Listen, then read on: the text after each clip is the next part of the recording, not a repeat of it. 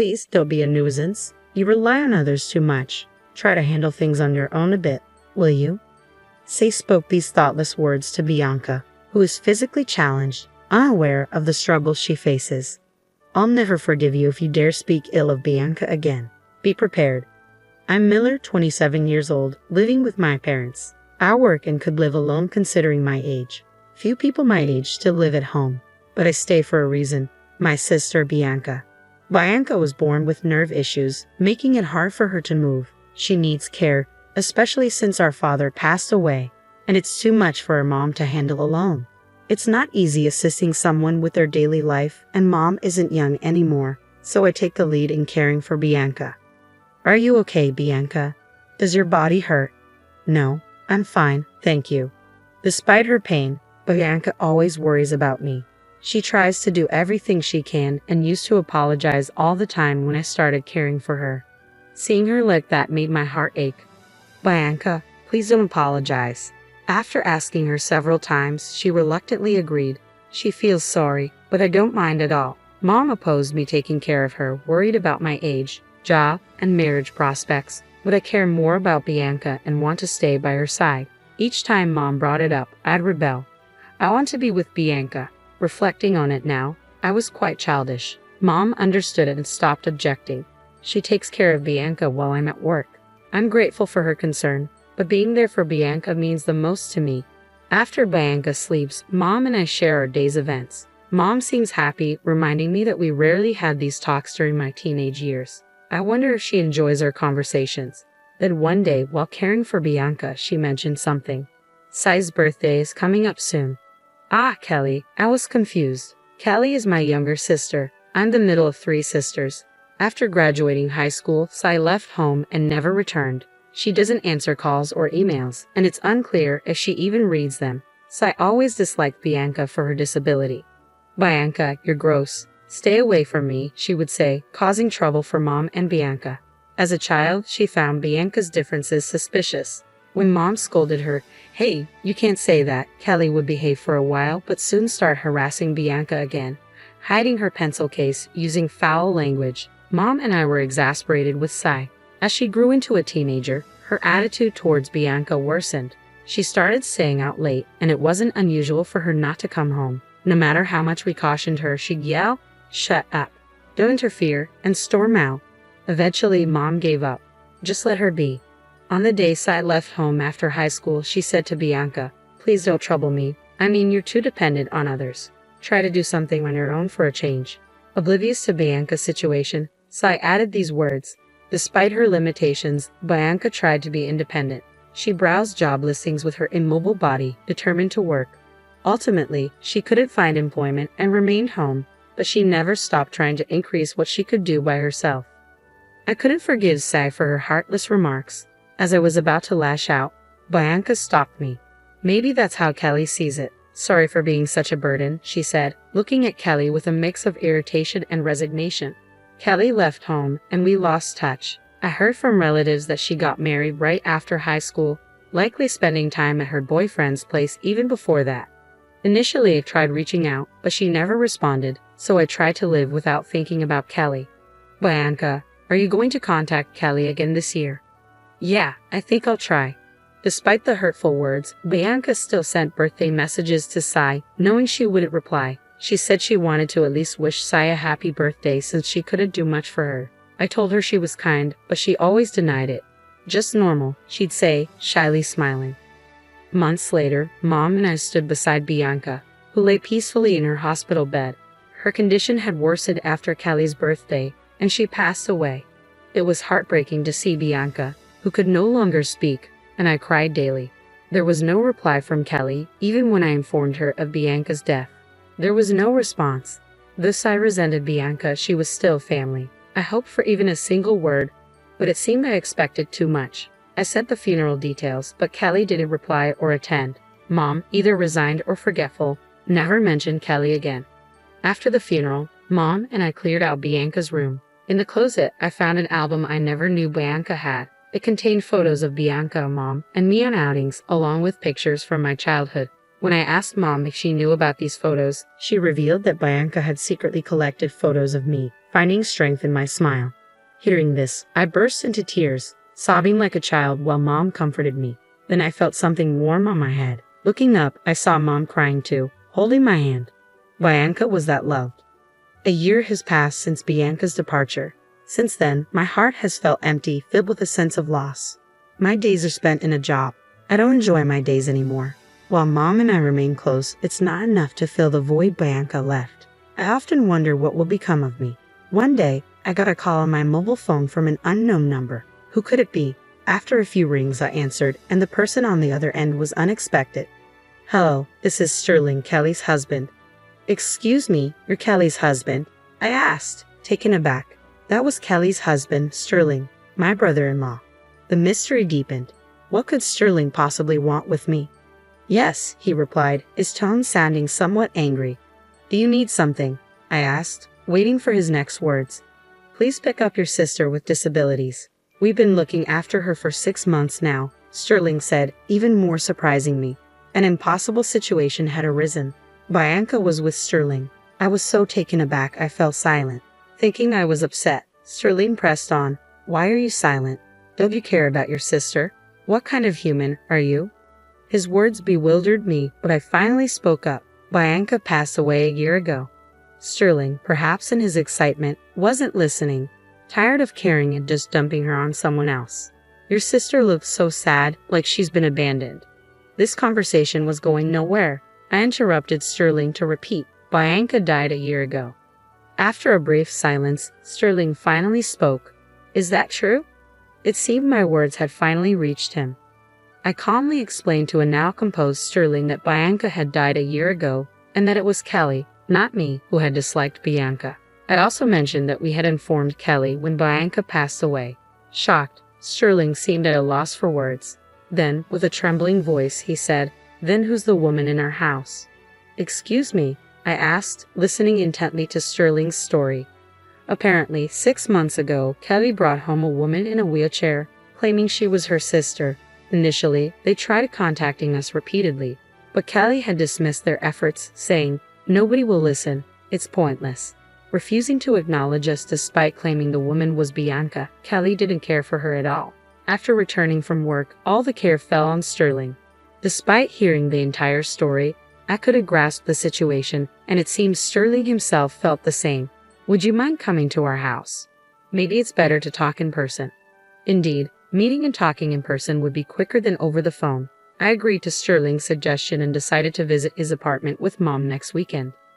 When I told Mom about the call from Sterling and the story about Bianca, she was very surprised and quite scared at the possibility that Bianca, who was supposed to be gone, might still be there. Finally, the day arrived. Bracing ourselves, we left the house and headed to Sterling's apartment. Nervous, I muttered as we approached the place. Mom nodded beside me, looking tense as well.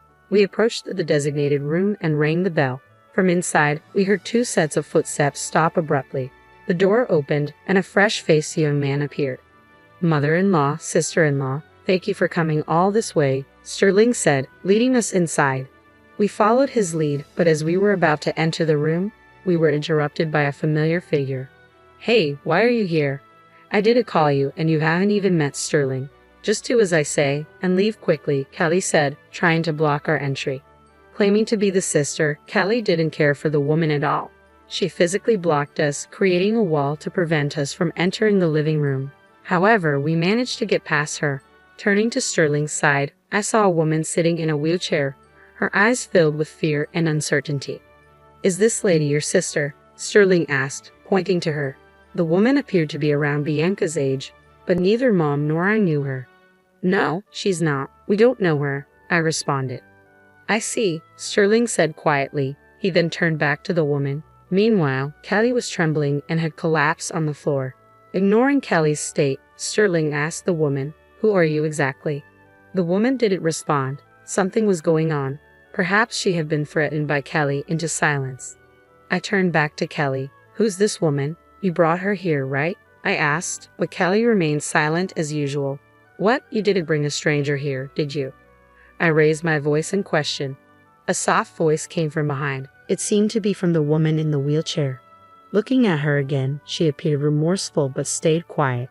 After a deep breath, she slowly started to reveal her identity. I am. Don't say anything. Don't talk, Kelly desperately shouted, trying to prevent her from speaking.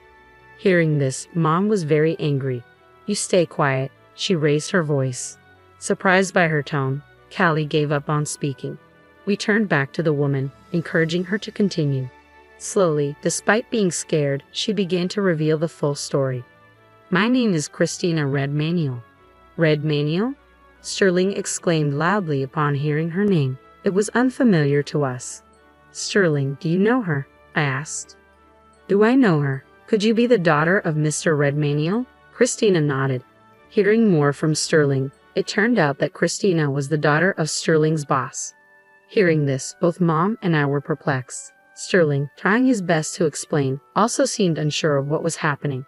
What was Kelly trying to do, bringing a complete stranger and claiming her to be Bianca? Beyond questions, I felt fear. It seemed the only way to get answers was to confront Kelly directly. I stood up next to Kelly, who still sat on the floor with a disgruntled expression, and demanded an explanation. What's going on? You started all this, right? Involving so many people is unthinkable. Explain everything. However, Kelly just stood there, staring off into space, refusing to speak. Even when cornered like this, she seemed unwilling to reveal the truth. I knew Kelly had issues, but I didn't expect her to be this stubborn. What should we do now? As I pondered, Christina spoke up. Kelly is dating my brother, she said, looking right at us with an unexpected boldness. Noticing Christina's assertiveness, Kelly glared at her and then tried to pounce on her. We managed to stop her and turned our attention back to Christina. Stammering at times but earnest, Christina shared her story. Kelly tried to interrupt, but Mom's stern look silenced her. Christina revealed that she had been living with a disability in her lower body since a childhood accident. Since then, her family had been overly cautious around her, making her feel uncomfortable. One day, after more than 10 years of this, Kelly suddenly showed up. I'll take you in, she had said. Confused, Christina eventually felt less afraid, knowing Kelly was her brother's partner. Perhaps Kelly took Christina in to impress her boyfriend. Once at Kelly's home, Kelly did nothing for Christina, leaving everything to Sterling. When alone with Kelly, the kindness shown at the time of taking her in vanished. You're in the way, Kelly would often say, negating Christina's existence. The way she treated Christina was similar to how she had treated Bianca. A nuisance. Go away? Don't be a dependent. Hearing this, I was shaking with anger. Such a person being my sister was too shameful. What do you mean, Kelly? I asked. Kelly retorted loudly, it's all Sterling's fault. He's always busy with work and doesn't pay attention to me. That's for the family's sake. How dare you talk so arrogantly when you don't even work? Sterling was clearly angry, hearing such childish excuses. If you're not working, it would be nice to have Sterling go to work for you, I said, watching Kelly continue with her excuses. I was overwhelmed with anger like never before. Just as I was about to unleash my fury on Kelly, Sterling spoke up. Do you realize how many people you are hurting, Kelly? Your sister, your mother, Christina, and your late sister. As a human being, you were out of line. Kelly stopped making excuses and was visibly shocked. Usually faced with a calm Sterling, she tried to retort but ultimately couldn't find the words against Sterling's anger. Sterling continued to explain how serious the situation was. But I mean, Kelly tried to make more excuses, but tears prevented her from speaking clearly. Seeing Kelly acting like a victim infuriated me, and I spoke up again. Do you know how much Bianca worried about you, Kelly? Kelly turned towards me, tears in her eyes. I don't know any sister. I don't have a sister. Her words left me in shock. I never expected her to say something like that. I was at a loss for words, but before I knew it, I blurted out, do you know, Kelly, that Bianca sent you an email every year on your birthday? Despite the terrible things you said to her, she always thought of you. Kelly hung her head down again. She must have known about the birthday emails, but chose to ignore them. Despicable, I said. Kelly didn't expect such words from me. She remained silent, tears quietly streaming down her face. Afterward, Sterling and Kelly got divorced. Sterling seemed very angry with his brother for neglecting Christina and discussed with his boss the affair and the treatment of Christina. Soon, rumors about the brother, some perhaps unfounded, began to spread in the company. He tried to endure at first but eventually resigned. Kelly, after the divorce, moved in with Christina's brother, But with him leaving his job, they had no source of income. They moved from their previous residence to a cheaper apartment and somehow managed to get by. After the divorce, Kelly came to me begging, "Let me live at our parents' house." Of course, I refused. Mom managed to send Kelly back this time. Unlike before, Kelly sent many messages, but I ignored all of them. Eventually, the messages stopped. However, what really bothered me was why Christina stayed in that house without any resistance. Christina and I became friends after that incident. Out of curiosity, I asked her why she didn't try to escape. Her answer was surprising. It turned out that Christina had fallen in love with Sterling, who cared for her without expecting anything in return. She knew she would never be with him if she stayed, but going back home wasn't an option either, as she wouldn't be treated well there. Kelly's words were hurtful, but being near Sterling made her happy. Now, amazingly, she and Sterling are married. Married? I exclaimed in surprise. I had not expected such a turn of events. Sterling, too, must have been drawn to Christina while caring for her. Now they lived together in that apartment.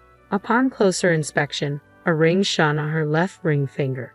Despite everything, had this incident not happened, Christina and I wouldn't have become close friends, nor would she have married Sterling. It was a complex process, but if everyone is happy now, that's what matters. I too need to find a marriage partner soon.